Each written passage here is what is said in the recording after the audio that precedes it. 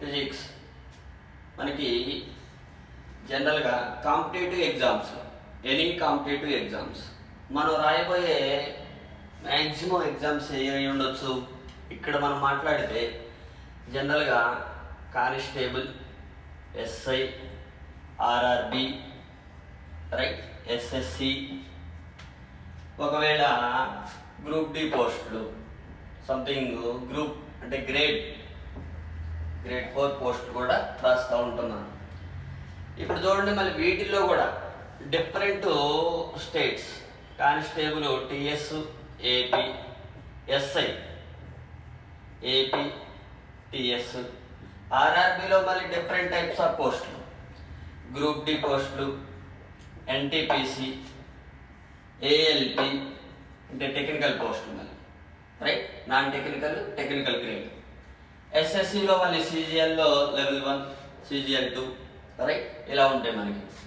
అదే గ్రేడ్ 4 అయితే అది ఎవరైనా నిర్వహించవచ్చు. డిపార్ట్మెంట్స్, సెంట్రల్ గవర్నమెంట్ డిపార్ట్మెంట్స్ నిర్వహించవచ్చు, మన state government, right, APPSC, TSPSC, ఇలా టిఎస్పిఎస్సి, ఇలా డిఫరెంట్ టైప్స్ ఆఫ్ డిపార్ట్మెంట్స్ నిర్వహిస్తూ ఉంటాయి. ఇవి మనం రాయబోయేటటువంటి పాసిబుల్ ఎగ్జామ్స్. ఈ పాసిబుల్ ఎగ్జామ్స్లో మనం ఏ టాపిక్ అంటే ఏ పార్ట్లో మనం డిస్కస్ చేయబోతున్నాం అంటే జనరల్ సైన్స్ పార్ట్లో ఫిజిక్స్ పార్ట్. జనరల్ సైన్స్లో మనకి physical science, biological science. Physical సైన్స్లో మళ్ళీ కెమిస్ట్రీ, ఫిజిక్స్ రెండు కంబైన్డ్ అయి ఉంటాయి. అయితే ఇక్కడ మళ్ళీ లెవెల్ ఆఫ్ ద సిలబస్ ఏంటి సార్? మరి లెవెల్ ఆఫ్ ద సిలబస్ అంటే మనం బేస్డ్ ఆన్ ఎగ్జామ్ యొక్క క్వాలిఫికేషన్, ఎసెన్షియల్ క్వాలిఫికేషన్స్. ఏపీలో మనకి ఎస్ఐ కానిస్టేబుల్ తీసుకుంటే కానిస్టేబుల్కి ఇంటర్ క్వాలిఫికేషన్, రైట్. మనకి ఎస్ఐ తీసుకున్నట్లయితే మనకి డిగ్రీ క్వాలిఫికేషన్. కాబట్టి లెవెల్ ఆఫ్ ద సిలబస్ ఎలా ఉంటుందంటే +2, అదేవిధంగా +3 స్టాండర్డ్ ఉంటుంది, రైట్. ఈ లెవెల్ వరకు జనరల్ పాయింట్ ఆఫ్ వ్యూలో మాట్లాడుతాం. ఓకే, ఇది జనరల్గా level of the syllabus. Standard ఏంటి సార్ మరి అంటే మీకు రెఫరెన్స్ ఏంటి, ఏ స్టాండర్డ్ బేస్ చేసుకొని మనం చెప్తాం అని అంటే ఎన్సిఆర్టీ, సిబిఎస్ఈ, ఎందుకంటే సెంట్రల్ ఎగ్జామ్స్ కూడా కవర్ కావాలి కాబట్టి. నెక్స్ట్ మన స్టేట్ గవర్నమెంట్ ఎస్సిఆర్టీ, అంతకుముందు ఎస్ఎస్సి ఉంది బోర్డు, ఇప్పుడు ఎస్సిఆర్టీ బోర్డు వచ్చింది. అంటే సిలబస్ స్టాండర్డ్ ఇది, సిలబస్ లెవెల్ ఇది, రైట్. అంటే అప్ టు డిగ్రీ లెవెల్ వరకు జనరల్ పాయింట్ ఆఫ్ వ్యూలో మాట్లాడతాం. మరి ఆ సిలబస్ రెఫరెన్స్ ఎక్కడి నుంచి తీసుకుంటారు, ఏ స్టాండర్డ్లో తీసుకుంటారంటే ఈ బుక్స్లో నుంచి, ఉన్న చాప్టర్స్లో నుంచి తీసుకుంటాం. అంతేగాని కమర్షియల్ బుక్స్లో నుంచి తీసుకోం మనం.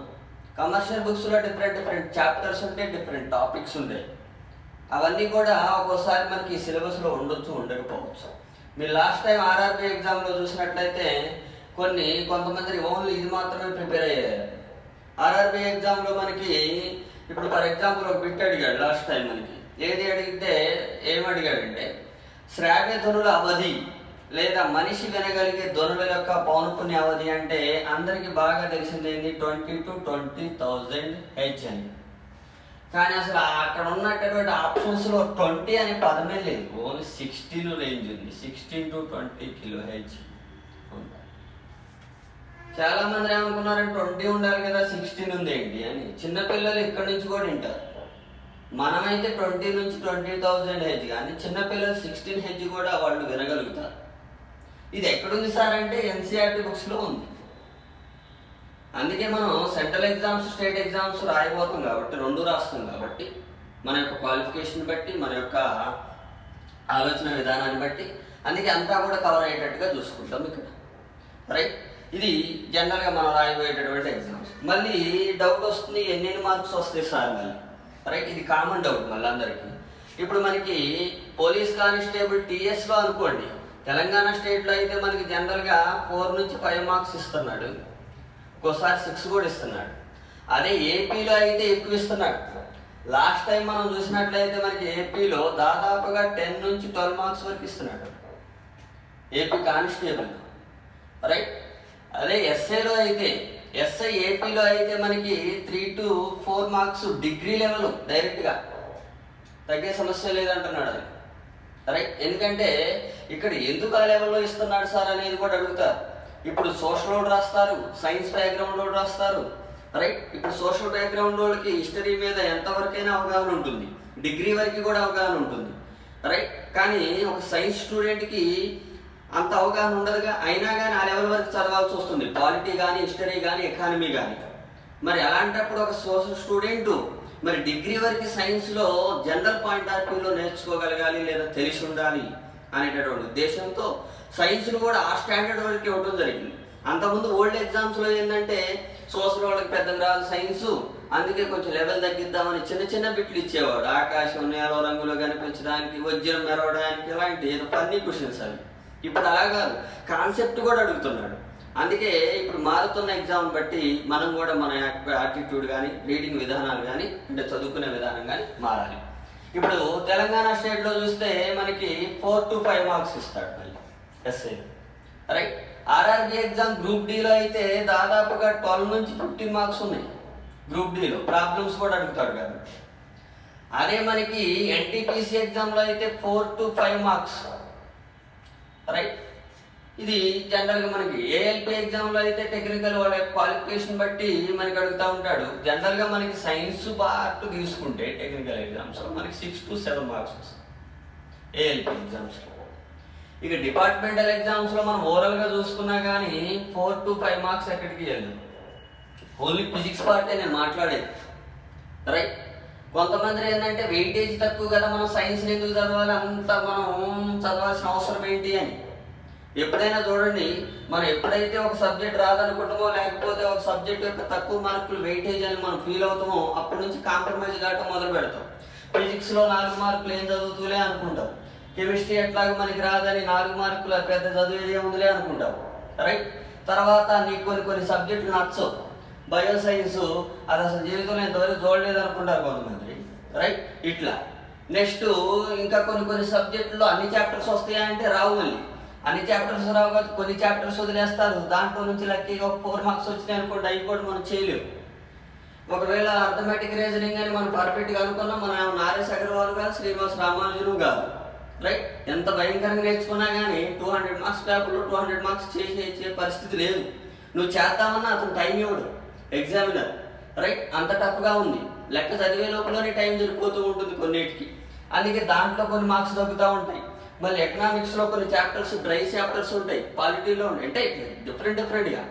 అప్పుడు ఏమైతే అంటే మనం కొన్ని రోజులు కొన్ని క్లాసెస్ ఎగ్గొడతాం. మరి అవునా కదా, 100% అటెండెన్స్ ఉంటుందా అంటే మామూలుగా అకాడమిక్లోనే ఉండదు, ఈ కోచింగ్ సెంటర్లో ఉంటుంది, పొరపాటు కూడా ఉంటుంది. కాబట్టి ఇలా కొన్ని మార్క్స్ మిస్ చేస్తూ మనం దాదాపుగా 20 to 30 మార్క్స్ అసలు వినం, చాప్టర్స్ వినం మనం ఫస్ట్. రైట్, మళ్ళీ ఇంకోటి కోచింగ్ సెంటర్లోనైనా ఎక్కడైనా మనం 100% సిలబస్ చదువుతామంటే 100% సిలబస్ టాపిక్స్ వాడే ఇవ్వడు కదా, బోర్డోడే ఇవ్వడు. కాబట్టి మనం మ్యాక్సిమం ఎంత కవర్ చేస్తాం, 95% సిలబస్ కవర్ కావడానికి ప్రతి ఒక్క ఫ్యాకల్టీ కూడా ట్రై చేస్తాం. దాంట్లో నుంచి మనకి అర్థమయ్యేది ఎంత, మళ్ళీ 95% నేను చెప్పినా కానీ నీకు అర్థమయ్యేది ఎంత, 85% అర్థమైంది. 85% గుర్తుండదు నీకు మళ్ళీ. రైట్, ఎగ్జామ్ పోయే లోపల 75% గుర్తుండదు, 75% చేస్తావు మళ్ళీ. రైట్, ఆ టెన్షన్లో 65% చేస్తావు. ఇది పరిస్థితి. అందుకే మనం ఏంటంటే మనము ఎంత సిలబస్ ఉన్నది అనేది కాదు, దీంట్లో నుంచి ఒకవేళ నువ్వు అలా ఇరిటేషన్గా ఫీల్ కాకుండా ప్రతి ఒక్కదాన్ని సీరియస్గా తీసుకున్నావు అనుకో, ఇక్కడ లాస్ అయినటువంటి మార్క్స్ ఇక్కడ కవర్ అవుతాయి నీకు. రైట్, అందుకే మనం ఏంటంటే ఎప్పుడైనా కానీ ప్రతి ఒక్క అంశాన్ని కూడా సీరియస్గా తీసుకోవాలి. నాకు ఇది రాదు, నాకు ఇది ఇంట్రెస్ట్ లేదు, లేకపోతే ఆ ఫ్యాకల్టీ నచ్చలేదు, ఫ్యాకల్టీతో నీకేం పని, అవునా కదా. రైట్, ఇలా డిఫరెంట్ యాటిట్యూడ్స్ని మనం వదిలేయాలి. ఎప్పుడన్నా చూడండి, మనం ఎగ్జామ్ ఫెయిల్ అయినో లేదా క్లియర్ చేయలేదంటే 2-3 మార్కుల్లో జాబ్ పోయిందంటారా, 100 మార్కుల్లో మిస్ అయిందంటారా జాబ్? ఎప్పుడన్నా విన్నారా అట్లా? ఎందుకు మరి 2-3 మార్కుల్లో ఎందుకు మిస్ అయినావు? ఇదిగో ఇలాంటి జాగ్రత్తలు పాటించరా నువ్వు. బాగా అర్థమెటిక్ కింద, బాగా రీజనింగ్ కింద, మిగిలిన తర్వాత చూద్దాం అంటే జాబ్ కూడా తర్వాత చూద్దాం అనుకుంటుంది నీకు. అప్పుడే చూడదు, తర్వాత చూద్దాం ఉంటుంది. ఎప్పుడు చూద్దాం ఉంటుంది అంటే వీటిని చూసినప్పుడు చూద్దాం అనుకుంటుంది. అందుకే చిన్న సబ్జెక్టా పెద్ద సబ్జెక్టా కాదు, ఎవ్రీ టాపిక్ వినాలి, పేషెన్సీ ఉండాలి. ఇక్కడ మనకు ఉండాల్సిందే పేషెన్సీ, రైట్? కాంపిటేటివ్ ఎగ్జామ్స్లో మనకు టెస్ట్ చేసింది ఇంత లాంగ్ టర్మ్ కోచింగ్లో కూడా పేషెన్సీ టెస్ట్. ఇప్పుడు మనకి 60 days ప్రోగ్రామ్, 60 days ప్రోగ్రామ్ అనుకుంటే నువ్వు ఇన్స్టిట్యూషన్కి వచ్చినప్పుడు నువ్వు కట్టిన ఫీజుకి రోజుకు 2 మార్కులు తీసుకెళ్ళు. ఏ సబ్జెక్ట్ అయినా కానీ ఆ రోజుకు 2 సబ్జెక్టులు తీసుకున్నాం అనుకో, జనరల్ స్టడీస్లో వచ్చేది అంత మనకి 150 మార్కులు పేపరు, రోజుకు 2 మార్కులు వేసకపోయినామంటే ఎన్ని మార్కులు? 120 మార్క్స్ జాబ్ రాదు, అవునా కదా? అది మనకి ఆ వచ్చిన రోజు కూడా మనం భయంకర కాన్సన్ట్రేషన్లో ఉండం. ఇప్పుడు వీడియో చూసినా కానీ వీడియోలో కూడా కొద్దిసేపు వింటాం అంతే. వినాలి, విని ఒకసారి అర్థం కాదు 2 సార్లు వినాల్సి వస్తుంది ఒక చాప్టర్. అప్పటికప్పుడు అద్భుతాలు జరగవు. ఇప్పుడు ఏదైనా ఫిజిక్స్ కానీ ఏదైనా కానీ ఒక రోజులో నేర్చుకుంటే, 1 గంటలో నేర్చుకుంటే అసలు చదవటం ఎందుకు? మనం లాస్ట్ అసలు చదవకుండా ఒక 15 సంవత్సరాలు ఏది మనకి ఏజ్ క్వాలిఫికేషన్ వచ్చిన తర్వాత ఒకేసారి వీడియో చూసి ఎగ్జామ్ రాయొచ్చు కదా, అవునా కదా? 10th క్లాస్లో సోషల్ ఎందుకు తీసుకున్నారు అంటే ఫిజిక్స్ రాక తీసుకున్నట్టు, మ్యాథమెటిక్స్ రాక తీసుకున్నట్టు. 10 సంవత్సరాలు చదివినా కానీ అర్థం కానీ ఆ సబ్జెక్ట్ని నువ్వు ఒక రోజులో నేర్చుకోవాలనుకుంటావు. ఇక్కడ కాంపిటేటివ్ ఎగ్జామ్ ఇంపాసిబుల్, రైట్? అందుకే ఏంటంటే మనకు మైండ్ సెట్ కూడా ఎలా ఉండాలంటే కొద్దిగా లాంగ్ టర్మ్ ప్రాసెస్లో నేర్చుకొని ఎవ్రీ టాపిక్ మీద కొంత అవగాహన పెంచుకొని ఎగ్జామ్ ఫేస్ చేసే విధంగా ఉండాలి, రైట్? ఇంకోటి అదృష్టం ఏంటి అంటే మనకి అదృష్టం కాదండి, దురదృష్టం కిందకి వస్తుంది, రైట్? ఎందుకు సార్ ఏంటి సార్ పరిస్థితి అంటే అంతకుముందాలుగా మనకి క్వశ్చన్స్ డైరెక్ట్గా అడగట్లేదు. ఇప్పుడు క్వశ్చన్ ప్యాటర్న్స్ ఎలా వచ్చినాయి అంటే జనరల్గా 5 టైప్స్లో అడుగుతున్నాడు క్వశ్చన్స్. ఏంటి సార్ ఆ టైపు అని అంటే సరైన వేయి సరికాని వేయి అంట. సరైనవి సరికానివి, కరెక్ట్ ఇన్కరెక్ట్ స్టేట్మెంట్స్. నెక్స్ట్ ఏంటి సార్ అని అడిగితే జతపరచడం, మ్యాచ్ ద ఫాలోయింగ్స్, రైట్? జతపరచడం అంటే ఫర్ ఎగ్జాంపుల్ సైంటిస్టులు ఇచ్చి వాళ్ళు కనిపెట్టిన ఏంటి, లేకపోతే థర్మామీటర్స్ ఇచ్చి ఎంత రేంజ్ వరకు కొలవచ్చు, ఇట్లా డిఫరెంట్ టైప్స్, ఓకే? లేకపోతే కొన్ని భౌతిక రాశులు ఇచ్చి వాటి యొక్క ప్రమాణాలు మ్యాచ్ చేయటం, ఇలా కూడా ఉంటుంది. సరైనవి సరికానివి అంటే సూర్యోదయం సూర్యాస్తమయాలలో మనకి ఆకాశం ఎరుపు రంగులో కనిపించడానికి గల కారణాల్లో సరైనవి సరికానివి ఎంచుకోమంటాడు. లేకపోతే రిఫ్రిజిరేటర్కి సంబంధించి ఈ క్రింది ఏ వ్యాఖ్యలు సరైనవి ఏ వ్యాఖ్యలు సరికానివి, ఇట్లా కూడా అడగవచ్చు. మనకి ఏదైనా ఒక కాన్సెప్ట్ ఇచ్చేసి మనకేదో 1-2 తెలిసింది, 1 తెలియకుండా భయంకరంగా తెలుసు అనుకుంటాం మనం, ఓకే? ఇలాంటి ప్రాబ్లమ్స్ ఇచ్చినప్పుడు తెలిసింది అంత భయంకరంగా తెలుసు మనకి, ఓకే? నెక్స్ట్ ఇంకేమి ఇస్తాడు సార్ అంటే మనకి ఎసైటేషన్ అండ్ రీజన్, వ్యాఖ్య మరియు వివరణ. వ్యాఖ్య ఒకటి ఇచ్చి దానికి వివరణ ఇచ్చి దానికి సంబంధించిన ఆన్సర్స్ని ఎత్తుక్కోవాల్సి వస్తుంది.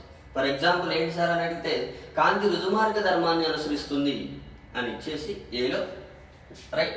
రీజన్ ఏమి ఇస్తాడంటే పెర్మెట్ సూత్రం ప్రకారంగా కాంతి ఎల్లప్పుడూ ఒక యానకంలో తక్కువ సమయం బట్టి మార్గాన్ని ఎంచుకుంటుంది. 6 ఏకామార్లు సరైనవి, 6 సరైన వివరణ, ఏకామార్లు సరైనవి కానీ 6 సరైన వివరణ కాదు, ఏ తప్పు 6 రైటు, ఏ రైటు ఏ రంగు 6 తప్పు. ఇక నాలాంటి పేపర్ ఇచ్చింది అనుకోండి 2 తప్పు అంటున్నాను, అవునా కదా? 5th ఆప్షన్ కూడా పెట్టుకుంటా బ్యాంక్ ఎగ్జామ్స్లో లాగా, ఓకే? ఇలా కూడా ఉండొచ్చు మనకి. ఇంకా ఎలా అడుగుతాడు సార్ అంటే ఇదంటేనే భయం, ప్రాబ్లమ్స్.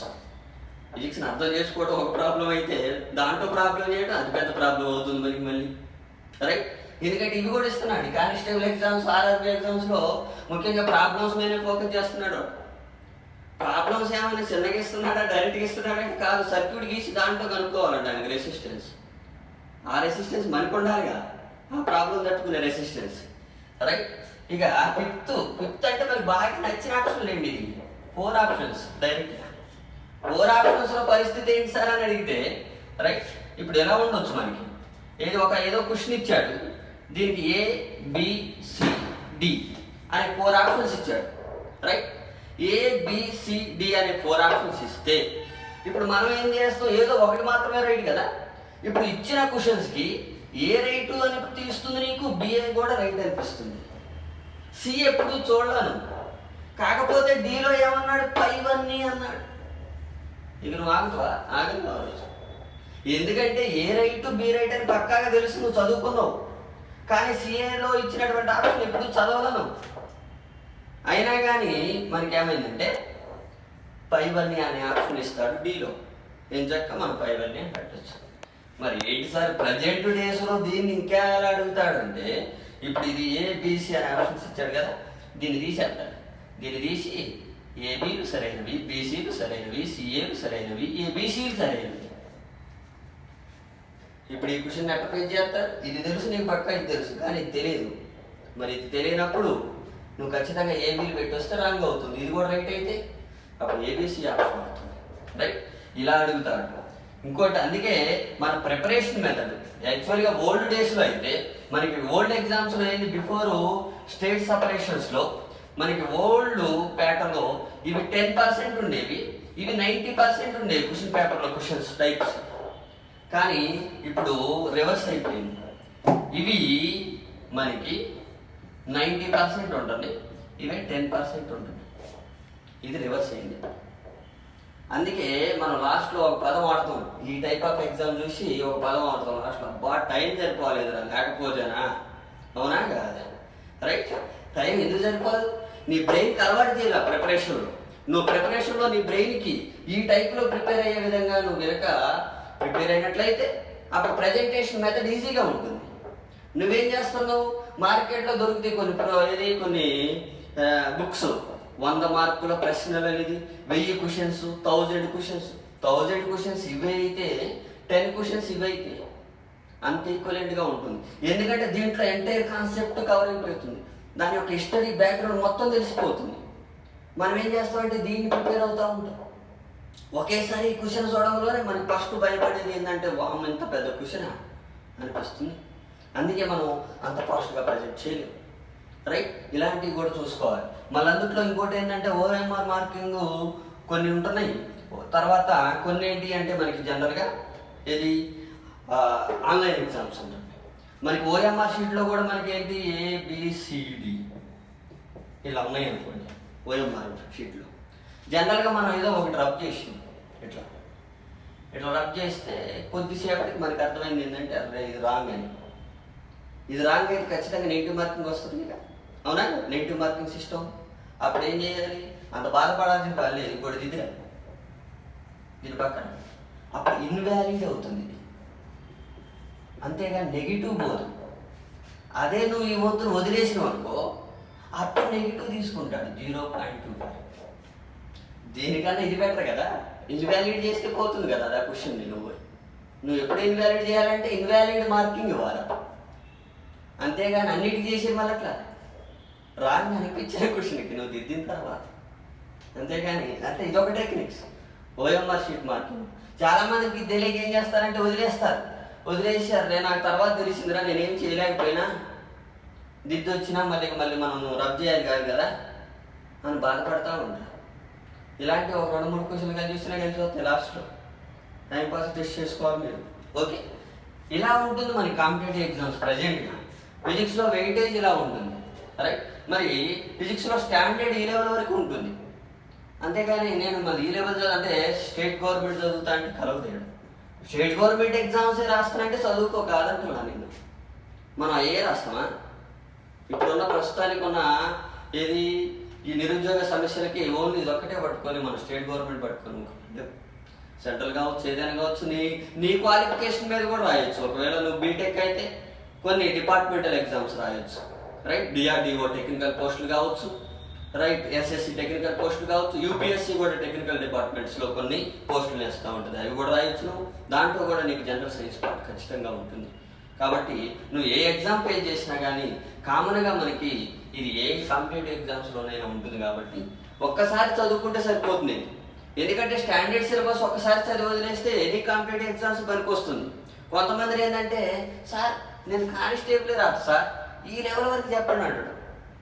మళ్ళీ లేటు వెంటనే ఎస్ఐ పోస్టులు ఎక్కువ కనపడంలోనే సార్ ఎస్ఐ కూడా వెళ్తా సార్ అంటాడు. అప్పటికప్పుడు మళ్ళీ వస్తాం ఫిజిక్స్ సెంటర్కి. ఒకసారి వచ్చి ఒక స్టాండర్డ్ లెవెల్లో వినేసి వెళ్ళిపోవాలి మనం.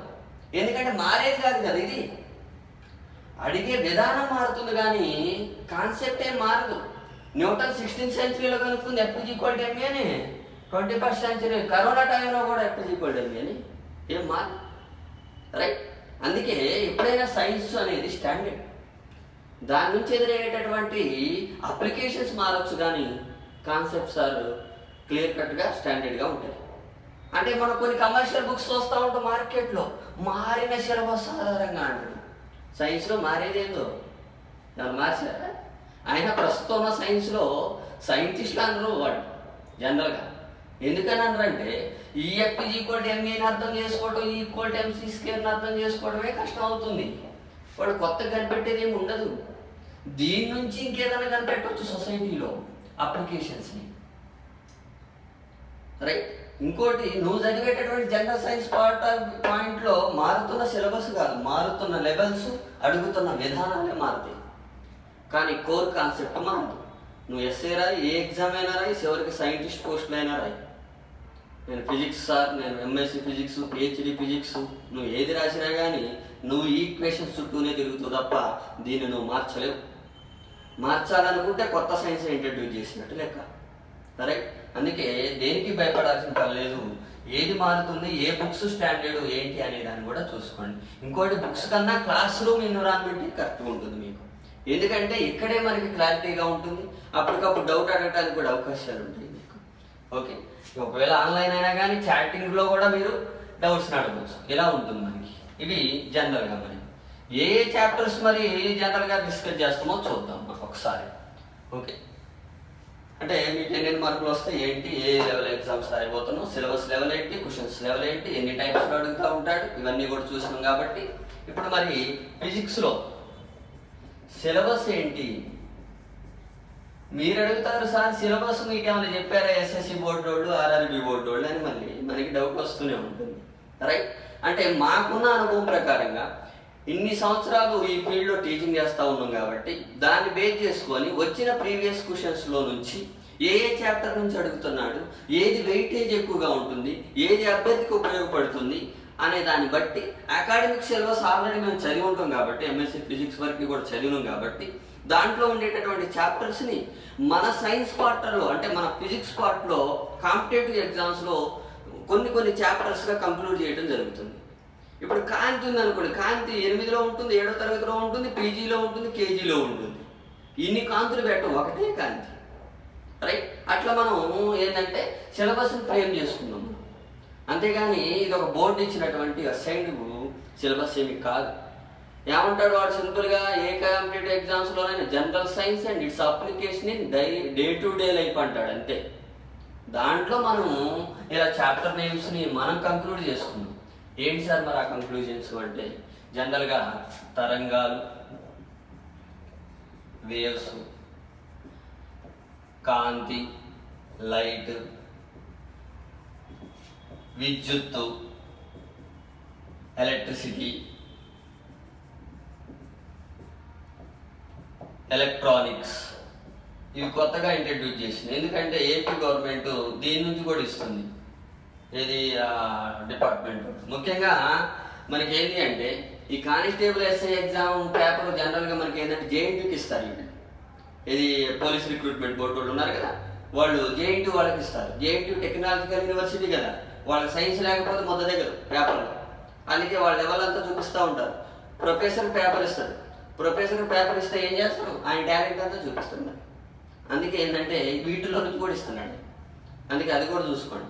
జనరల్గా మనకి వీళ్ళైతే సొంతంగా మనకి ఏది ఏపీఎస్సి పబ్లిక్ సర్వీస్ కమిషన్స్ అయితే జనరల్గా వాళ్ళు ఓన్ డిపార్ట్మెంట్ వాళ్ళే కొన్ని క్వశ్చన్స్ తయారు చేస్తూ ఉంటారు, లేకపోతే జనరల్గా ఈ లెక్చరర్స్ నుంచి కూడా కొంత డేటా తీసుకొని క్వశ్చన్స్ ఫామ్ చేస్తూ ఉంటారు.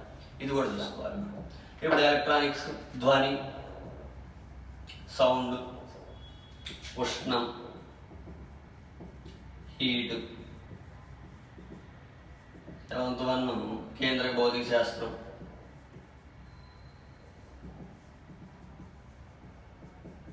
న్యూక్లియర్ ఫిజిక్స్,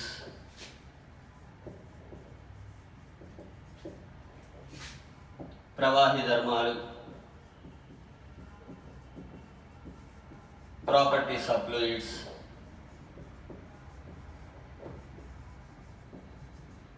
రైట్, విద్యుదయస్కాంత తరంగాలు,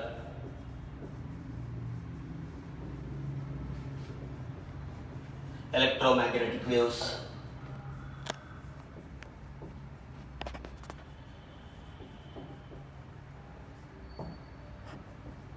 అయస్కాంతత్వం, మ్యాగ్నెటిజం, యాంత్రిక శాస్త్రం, మెకానిక్స్. రైట్, ఈ 11 చాప్టర్స్గా మనం కంక్లూడ్ చేస్తుంది. అంతేగాని ఇది ఎక్కడ ఉన్నాయి సార్ అని అడుగుతారు మళ్ళీ. రైట్, ఇవి ఎక్కడ ఉండవు. జనరల్గా ఏంటంటే మనం ఫ్రేమ్ చేసుకున్నాం ఈ సిలబస్. అకాడమిక్స్లో ఉంటాయి. మీరు ఇప్పుడు ధ్వని చెప్పాను అనుకోండి, మీకు ఇందాక చెప్పాను కదా ఎస్సీఆర్టీ ఎన్సీఆర్టీ లెవెల్ అని. ఒకవేళ ఇంగ్లీష్ మీడియం వాళ్ళు ఉన్నారనుకోండి, డైరెక్ట్గా ఎన్సీఆర్టీ లెవెల్లో సౌండ్కి సంబంధించిన 6th class, 7th class, 10th class, తర్వాత +2 స్టాండర్డ్ కానిస్టేబుల్ వైద్యులు, ఎస్ఐ ఎగ్జామ్ రాయకపోతే +3 స్టాండర్డ్ వరకు చూసుకుంటే సరిపోతుంది. ఈ క్లాస్ ఎన్నాక చూసుకోవాలి. మళ్ళీ అప్పుడేనో అనుకో మళ్ళీ ఎగ్జామ్ ఎందుకు రాయాలనిపిస్తుంది మరి. ఓకే, ఎందుకంటే కొత్తగా మనం చదవలేము సైన్స్ని ముఖ్యంగా. రైట్, ఇవి జనరల్గా కాంపిటేటివ్ ఎగ్జామ్స్లో జనరల్ సైన్స్ పార్ట్లో చాప్టర్స్. ఇప్పుడు తరంగాల నుంచి అడిగాడు అనుకోండి. ఇప్పుడు తరంగాల నుంచి ప్రత్యేకించి అడిగితే నీకు తరంగాలు ఎన్ని రకాలు? ఒకవేళ ఫర్ ఎగ్జాంపుల్ కాంతి ఏ రూపంలో ప్రయాణిస్తుంది? ఆప్షన్ ఏ అనుదైర్ఘ్య తరంగాల రూపంలో, ఆప్షన్ బి తిరేక తరంగ రూపంలో, ఆప్షన్ సి 2 విధాలుగా ప్రయాణిస్తుంది, ఆప్షన్ డి చెప్పలేను నేను అంటాడు. నువ్వు చెప్పలేకపోతే వాడు కూడా మార్కులు వేయలేని అంటాడు. అందుకే మనం చెప్పాల్సి వద్దాం ఒక్కోసారి తరంగాలు. ఎలా అడగొచ్చు క్వశ్చన్స్ని? ఒకవేళ ఇప్పుడు కాంతి తీసుకున్నారనుకోండి, డిఫరెంట్ లెవెల్స్ కూడా అడుగుతాడు. రైట్, ఇప్పుడు కాంతిలో కాంతిలో తెల్లని కాంతిలో డిఫరెంట్ ప్రాపర్టీస్ ఉన్నాయి. కాంతికి వక్రీభవనం ఇలాంటి. ఓల్డ్ డేస్లో అయితే ఏం అడిగేవాడు? నేలలో ఉంచిన కర్ర వంగినట్టుగా అనిపించింది, దేశ కారణం అంటాడు. వక్రీభవనం అని చెప్తా ఉంటారు చాలా మంది. అవునా, వక్రీభవనం రైటే, కానీ ఇప్పుడు అట్లా అడగట్లా ఈ రోజుల్లో. ఓకే, ఒక చేప అంట కొద్ది దూరంలో వేస్తుందంట, లోపల ఎంత లోతులో ఈదుతున్నట్టుగా అనిపిస్తుంది అంటాడు. అవునా కాదు? ఒక 6 సెంటీమీటర్ల లోతులో వేస్తుంది చేప, అంతేనా? లేదా 6 కిలోమీటర్ల లోతులో ఈదినా నీకు కనపడిద్దా? చూసుకోలే సముద్రంలో చేపలు పైనుండి? అవునా కదా, ఇంపాసిబుల్. అది కొంత లోతు వరకే చూడగలం మనం. సరే, ఫర్ ఎగ్జాంపుల్ 6 సెంటీమీటర్ల లోతులో ఈదుతున్న ఒక చేప నీకు ఎంత లోతులో కనిపిస్తుంది అంటాడు. ఆప్షన్ ఏ 6 సెంటీమీటర్ల లోతులోనే కనిపిస్తుంది, ఆప్షన్ బి 4 సెంటీమీటర్ల లోతులో కనిపిస్తుంది, ఆప్షన్ సి అసలు నాకు కనపట్టలేదు అంట. అవునా కదా? వాడు కనపడుతుందని చెప్పిండు కదా, మళ్ళీ నువ్వు సొంతంగా నోట్ అని పెట్టి కనపట్టలేదని రాసి. రైట్, అంటే దానికి సంబంధించిన ప్రాబ్లమెటిక్ పార్ట్ ఇలా కూడా అడగచ్చు. లేకపోతే సముద్రాలు నీలం రంగులో ఎందుకు కనిపిస్తున్నాయి? ఆకాశం నీలం రంగు అంటే చెప్తున్నాను, మరి సముద్రాలు నీలం రంగులో ఎందుకు కనిపిస్తున్నాయి? ఎన్ని కారణాల వల్ల కనిపిస్తున్నాయి? ఇదొక లెవెల్. ఒకవేళ రంగుల గురించి అడిగాడు అనుకోండి, జనరల్గా మనం ట్రాఫిక్ సిగ్నల్ వైపుగా ఏదో డిఫరెంట్ గ్లాసెస్ పెట్టుకున్నాం అనుకోండి, గ్రీన్ గ్లాస్ పెట్టుకొని ట్రాఫిక్ సిగ్నల్ వైపుగా మనం నడుస్తుంటే అది ఎలా మారుతున్నట్లుగా అనిపిస్తుంది? అది కానిస్టేబుల్ లెవెల్ క్వశ్చన్. అలా కాకుండా ఎస్ఏ లెవెల్ క్వశ్చన్ అడిగాడు అనుకోండి, అన్నం వండిండంట ఒక ఆయన, కట్టెల పొయ్యి మీద వండిండంట, గ్యాస్ పొయ్యి మీద వండిండంట. ఏ పొయ్యి మీద త్వరగా ఉడికిద్ది అంటాడు. మళ్ళీ ఏ కట్టెలని అడగొద్దు మీరు నన్ను. ఓకే, మొత్తానికైతే మరి దేంట్లో త్వరగా ఉడుకుతుంది, ఏ పొయ్యి మీద త్వరగా ఉడుకుతుంది అనేదాన్ని మనం డిసైడ్ చేయాల్సి వస్తుంది ఎస్ఏ లెవెల్ అయితే. అదే ఒకవేళ దీన్ని యూపీఎస్సీ లెవెల్ అడిగాడు అనుకోండి, ఈ కలరు ప్యాటర్న్స్ మీద, వాటి యొక్క ఎనర్జీస్ మీద, వాటి యొక్క తరంగ దైర్ఘ్యాల మీద, పౌనపున్యాల మీద అడిగితే ఎలా అడగొచ్చు? ఒకవేళ యూపీఎస్సీ లెవెల్లో అడిగాడు అనుకోండి, ఇప్పుడు భారత జాతీయ జెండాని ఆకుపచ్చ కళ్ళద్దాలు ధరించి చూసినట్లయితే అది ఈ క్రింది ఏ దేశపు జాతీయ జెండాని పోలి ఉంటుంది అని అడిగాడు అనుకోండి, ఇక ఆ రోజే అనిపిస్తుంది మనకు అనవసరం ఎగ్జామ్స్. అవునా? రైట్, అంటే అక్కడ 3 కాన్సెప్ట్లు క్లియర్గా ఉండాలి. ఒకటి, అసలు జాతీయ జెండాలు తెలిసి ఉండాలి, అన్ని దేశాలు అంటే కనీసం వాడిచ్చిన ఆప్షన్లో ఉన్న దేశాలకు సంబంధించి అన్న తెలిసి ఉండాలి. ఒకటి, ఈ కలర్ ప్యాటర్న్స్ వలన మనకి ఏమేమి చేంజెస్ వస్తున్నాయి అనేది తెలియాలి. రైట్, ఇన్ని కాన్సెప్ట్స్ ఇన్వాల్వ్ అయితేనే మనం చేయగలం అలాంటి. ఓకేనా? ఇలాంటివి కూడా చూసుకోవాల్సి వస్తే జిరాక్స్ మిషన్లో, ప్రింటర్లో యూజ్ చేసేటటువంటి రంగులు ఏంటి, ఓకే, దాంట్లో యూజ్ చేసేటటువంటి మెటీరియల్స్ని ఏమంటారు, ఇలాంటివి కూడా మనకి general science point of view. మళ్ళీ అదేవిధంగా జిరాక్స్ మిషన్లో ఏ టైప్ ఆఫ్ ఎలక్ట్రిసిటీ యూజ్ చేస్తారు, కరెంట్ ఎలక్ట్రిసిటీనా, స్టాటిక్ ఎలక్ట్రిసిటీనా, రైట్, లింక్ అప్ క్వశ్చన్స్ అన్నమాట ఇవన్నీ కూడా. ఇలా కూడా అడుగుతూ ఉంటాడు. అంటే కాంతిలో అడిగితే ఎలా ఉండొచ్చు, రైట్, తరంగాలు, కాంతి.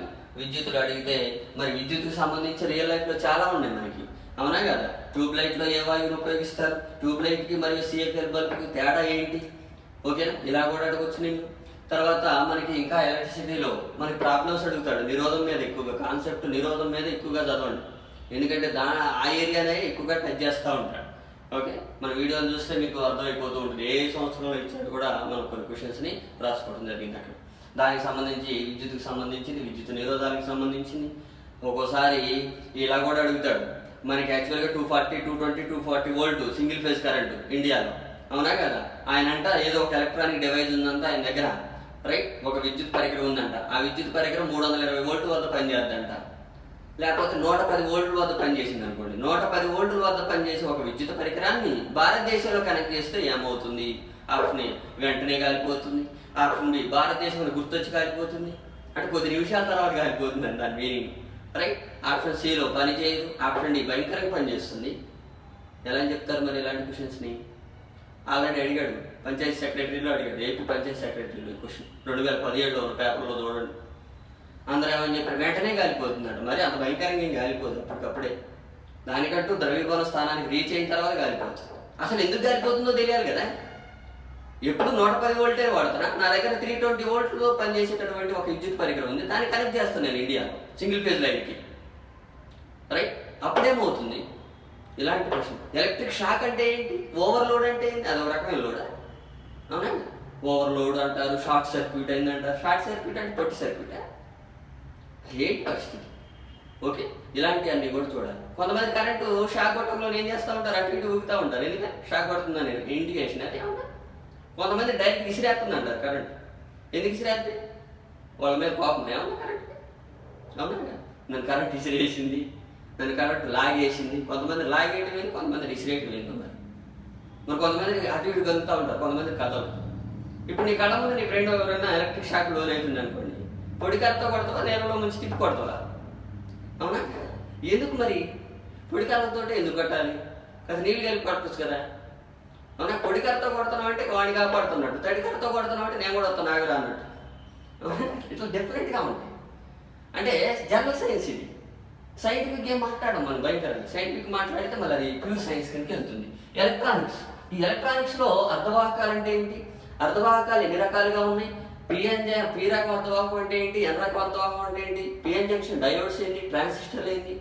ఇప్పుడు ప్రజెంట్గా మొత్తం ఎలక్ట్రానిక్స్ కదా నడిచేది, రైట్? దీనికి సంబంధించి ఇక్కడ మాట్లాడుతాం, బేసిక్స్ మాట్లాడుతాం. మళ్ళీ కొంతమంది బీటెక్ వాళ్ళు వస్తారు పోటీకి, మేము మాకు భయంకరంగా తెలుసు, అవునా కదా? గేట్లు ఉంటాయి, 4 గేట్లు, 6 గేట్లు, 6 గేట్లు అని, అవునా కదా?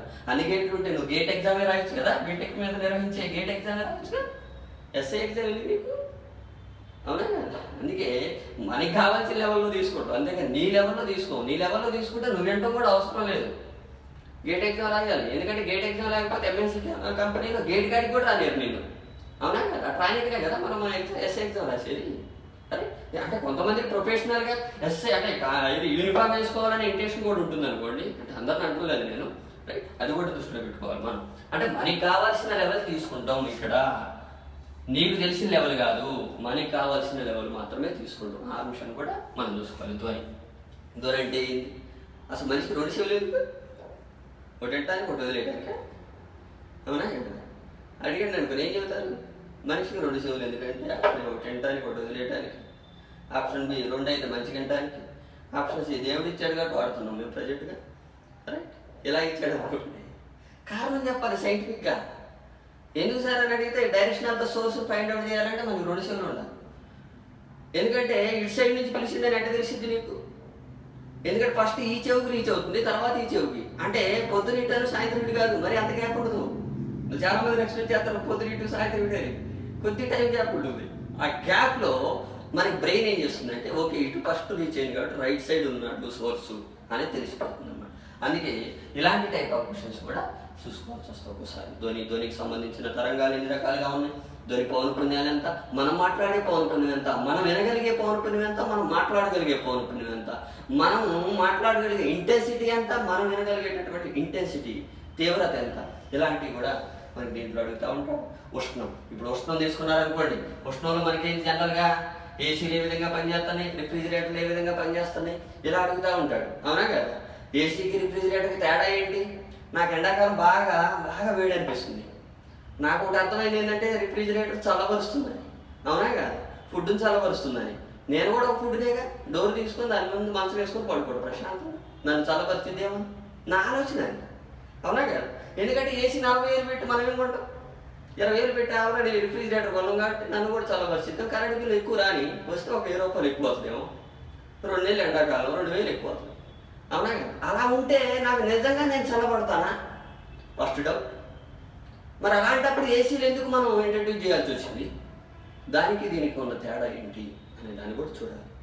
ఏసీ అంటే రిఫ్రిజిరేటర్ డోర్ ఓపెన్ చేస్తే ఏమవుతుంది, డోర్ క్లోజ్ చేస్తే ఏమవుతుంది, రిఫ్రిజిరేటర్ ఉన్న రూమ్ యొక్క టెంపరేచర్స్ పరిస్థితి ఏంటి, ఏసీ ఏం చేస్తుంది అసలు. మనం ఏసీ అనగానే అందరికీ గుర్తొచ్చేది చల్ల పరిస్థితి అని. జీవితాంతం చల్ల పరిస్థితి అని చల్లపరిస్తే ఆ రూమ్లో ఉండగలవా? ఫస్ట్ ఎప్పుడూ చల్లపరచాలా? ఫర్ ఎగ్జాంపుల్ నాకు వింటర్ సీజన్లో రూమ్ టెంపరేచరు ఎంత ఉందంటే 20 degrees Celsius రీచ్ అయింది. నా బాడీ 25 degrees Celsius కోరుకుంటుంది. అప్పుడు నేనేం చేస్తాను, రిమోట్ తీసుకొని 25 degrees Celsius వద్ద ఏసీని నేను సెట్ చేస్తాను. రూమ్ టెంపరేచర్ 20 ఉంటే అదే ఏసీ ఏం చేసింది 25 తీసుకొచ్చింది. అప్పుడు వేడి చేసినట్టు కదా. అదే ఎండాకాలంలో అయితే చల్లబరచాలి. మరి చలికాలంలో పరిస్థితి ఏంటి? అందుకే అసలు ఏసీ అంటే మీనింగ్ ఏంటో తెలిస్తే కానీ దానికి సంబంధించిన ఆన్సర్స్ మనం చేయగలం. అదంతా కూడా వీటిలో మాట్లాడుకుంటాం మనం. కొంతమంది కొన్ని ప్రాబ్లమేటిక్ ప్రాబ్లమ్స్ కూడా దీంట్లో ప్రాబ్లమ్స్ కూడా అడుగుతాడు. వేడి నెలలో సన్నీళ్ళు వెళ్తూ మనం స్నానం చేస్తాం కదా, అంతేనా? డైరెక్ట్ పోసుకుంటారు. డైరెక్ట్ పోసుకుంటే ఇంటికాడ చెప్పి పోసుకోవాలి. అవునా? బాగా కాగే నీళ్ళు ఏం చేస్తాం, కొన్ని సన్నీళ్ళు కలుపుకుంటాం. మరి ఆ బకెట్లో ఆ ఉన్న నీటికి ఏ టెంపరేచర్ ఉంటుంది? ఇలాంటి పరిస్థితి, రైట్? అంటే మీనింగ్ ఏంటంటే 2 వేరు టెంపరేచర్ల వద్ద ఉన్న ఒకే రకమైన ద్రవాన్ని కలిపినప్పుడు అది ఏ టెంపరేచర్ వద్దకు చేరుకుంటుంది. ఇది సైంటిఫిక్ లాంగ్వేజ్లో మాట్లాడుతుంది. దాన్ని మన లోకల్ లాంగ్వేజ్లో మాట్లాడితే వేడి నీళ్ళలో సన్నీళ్ళు కలపడం, సన్నీళ్ళలో వేడి నీళ్ళు కలపడం, ఎన్ని కలుపుతాం అనేది మన ఇంట్రెస్ట్, వాడిచ్చినటువంటి డేటాను బట్టి మన ప్రాబ్లమ్స్ ఏమి వస్తాయి, రైట్? మరి కేంద్ర భౌతిక శాస్త్రంలో అణుబాంబుల పరిస్థితి ఏంటి, హైడ్రోజన్ బాంబుల పరిస్థితి ఏంటి? అసలు భారతదేశంలో ఉన్నాయా? ఉంటే ఏడవు డిమాండ్ దొరికితే, అవునా కదా? బాంబులు ఏడన్నా కూడా తెలియదు కదా. దీపావళి బాంబులా? ఇంకోటి బాంబులు ఏమైనా టెస్ట్ చేస్తారు? ఎందుకు టెస్ట్ చేయాలి? ప్రాంతీయ లేదా అని పక్కన నుండి ఇట్లా గీసి దూరం జరుగుతారా? అవునా? ఆకాశాలు అవుతుంది. ఎందుకంటే మామూలు బాంబులు వేరు, న్యూక్లియర్ బాంబ్స్ వేరు, కెమికల్ బాంబ్స్ వేరు, న్యూక్లియర్ బాంబ్స్ వేరు. దాంట్లో అణుబాంబు వేరు, మళ్ళీ హైడ్రోజన్ బాంబు వేరు. ఈ మధ్యన ఉత్తర కొరియాలో ఏం చేసిండు? బాంబులు టెస్ట్ చేసిండు, హైడ్రోజన్ బాంబు. మళ్ళీ అమెరికా మీద కూడా పెట్టి నీ మీద విసిరేస్తున్నా జోలికి వస్తే. ఒకవేళ ఫస్ట్ క్వశ్చన్ దాటి ఆయన మీద విసిరేయడం ఎందుకంటే భారతదేశం దగ్గరగా ఉందని విసిరైతే మనోళ్ళు ఏం చేస్తారు? క్యాచ్ పెడతారా? వద్దని వేడుకుంటారా? మళ్ళీ మనోళ్ళు 2 బాంబులు వేస్తారా? వేయాలంటే మన దగ్గర ఉండాలి కదా. ఎక్కడ ఉన్నాయి మరి? ఆ కెపాసిటీ మనకు ఉందా? ఉంటే ఏ సంవత్సరం నుంచి ఉంది? ఎక్కడ టెస్ట్ చేస్తారు? ఎందుకు టెస్ట్ చేయాలి? దానికి సంబంధించిన సైంటిస్టుల పరిస్థితి ఏంటి? అసలు హైడ్రోజన్ బాంబులు కనుగొన్న సైంటిస్ట్ ఎవరు? ఎన్నో సంవత్సరంలో కనుక్కున్నాడు? ఇవన్నీ కూడా డేటా ఇక్కడ మాట్లాడుతున్నాం. కాంపిటేటివ్ ఎగ్జామ్స్లో అడుగుతాడు. న్యూక్లియర్ పవర్స్ ఏంటి, న్యూక్లియర్ పవర్ జనరేషన్ స్టేషన్స్ పరిస్థితి ఏంటి, మీకు అంతవరకు లింక్ ఇచ్చేసి వదిలేస్తుంది. అప్పుడు మళ్ళీ జాగ్రఫీలో మీరు న్యూక్లియర్ పవర్ ప్లాంట్స్ గురించి మళ్ళీ సపరేట్గా డిస్కస్ చేసుకుంటారు. అంటే ఏ సబ్జెక్ట్ లింక్ ఉందో ఆ సబ్జెక్ట్ వరకు ఎక్స్ప్లెయిన్ చేసి వదిలేస్తాం. ప్రవాహి ధర్మాలు, ప్రవాహులు ఏంటి, ప్రవహించే వాటిని ఏమంటారు? ప్రవాహులు. వరంగల్లో నిమ్మకాయ అంటారు. అట్లే ప్రవహించే వాటిని ఏమంటారు? ప్రవాహులు అంటారు. అంతేకాదు నాకు కొత్త పేరు లేదు. ఏం ప్రవహిస్తాయి? వాయువులు ప్రవహిస్తాయి, ద్రవాలు ప్రవహిస్తాయి. అవునా? ఇలాంటి ప్రవాహులకు సంబంధించి దానికి సంబంధించిన ఏది ప్రాపర్టీస్, తలతన్యత అంటే తలమెత్తన్యత, కాళ్ళకట్టన్యత. అవునా కదా? తలతన్యత తలమెత్తన్యత అంటారు చాలా మంది. అంటే సర్ఫేస్ మీద జరిగే పరిస్థితి. తలతన్యత అంటే ఏంటి, కేసనాలకి అంటే పీడనం అంటే ఏంటి, సాంద్రత అంటే ఏంటి, ఆర్కిమెడిస్ నియమాలు ఏంటి, పాస్కల్ నియమాలు ఏంటి, బెర్నౌలీ నియమాలు ఏంటి, దానికి సంబంధించిన రియల్ లైఫ్ అప్లికేషన్స్ ఏంటి. టూత్ పేస్ట్లో మనం ఇలా ప్రెస్ చేయడంలో ఏది పేస్ట్ బయటకు వచ్చేస్తుంది, ఏ సూత్రం మీద పనిచేస్తుంది. పర్ఫ్యూమ్ బాటిల్స్ ఏ సూత్రం మీద పనిచేస్తుంది. అవునా కదా?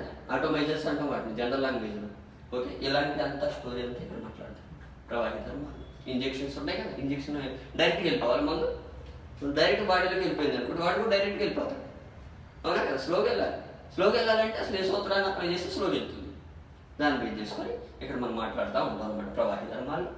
ఓకే, నెక్స్ట్ ఏంటంటే విద్యుదయస్కాంత తరంగాలు. విద్యుదయస్కాంత తరంగాలు అంటే ఏంటి, ఎన్ని రకాలుగా ఉంది, అసలు ఎక్కడ వాడతాను? Automatic opening and closing doors ఏ విధంగా పనిచేస్తుంది, ఎక్స్రేలో వాడేది, సిటీ స్కాన్లో వాడేది, నీ ఎంఆర్ఐ స్కాన్లో వాడే తరంగాలు, నీ మొబైల్ ఫోన్లో వాడేది, నీ టీవీలో వాడేది, నీ ఎఫ్ఎం రేడియోలో వాడేది, వైఫై అంటే ఏంటి, బ్లూటూత్ అంటే ఏంటి, రెండింటికి తేడా ఏంటి, దేంట్లో సెక్యూరిటీ ఎక్కువగా ఉంటుంది, దేంట్లో సెక్యూరిటీ తక్కువగా ఉంటుంది, ఎంత పౌనపులు ఉన్న తరంగాలు వాడుతున్నారు, ఏ తరంగాలు వాడుతున్నారు, ఎందుకు వాడుతున్నారు.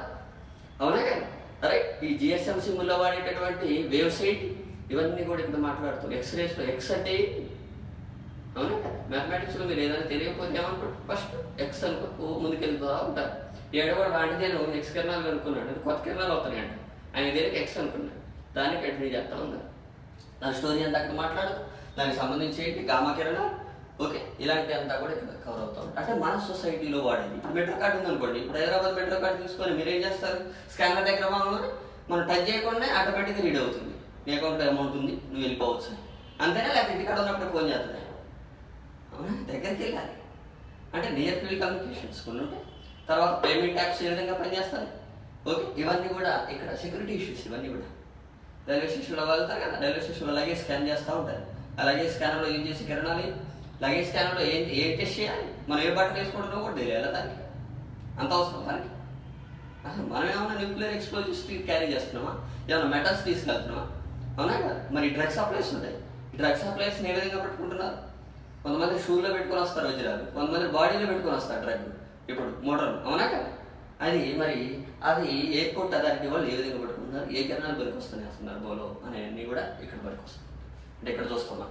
అని ఇవే కదా మనకి ఎగ్జామ్లో అడగాల్సింది కూడా. అయస్కాంతత్వం అంటే అదో రకమైన మనస్తత్వం, సరే చూస్తాం మనం అసలు ఒకటి మెయిన్ మ్యాగ్నెటిజం. మ్యాగ్నెటిజానికి నిర్వచనం యాక్చువల్గా తెలియదు, అయినా కానీ మనం కొంతవరకు ఎక్స్ప్లెయిన్ చేసుకునే ప్రయత్నం చేస్తాం అనమాట. దీంట్లో మళ్ళీ ఎన్ని రకాలుగా ఉంటాయి పదార్థాలు, దానికి సంబంధించినటువంటి ఎంఆర్ఐ స్కాన్లో యూజ్ చేసే మ్యాగ్నెటిక్ ఫీల్డ్ ఏంటి, ఇలాంటివన్నీ కూడా ఇక్కడ మాట్లాడుతుంటాం.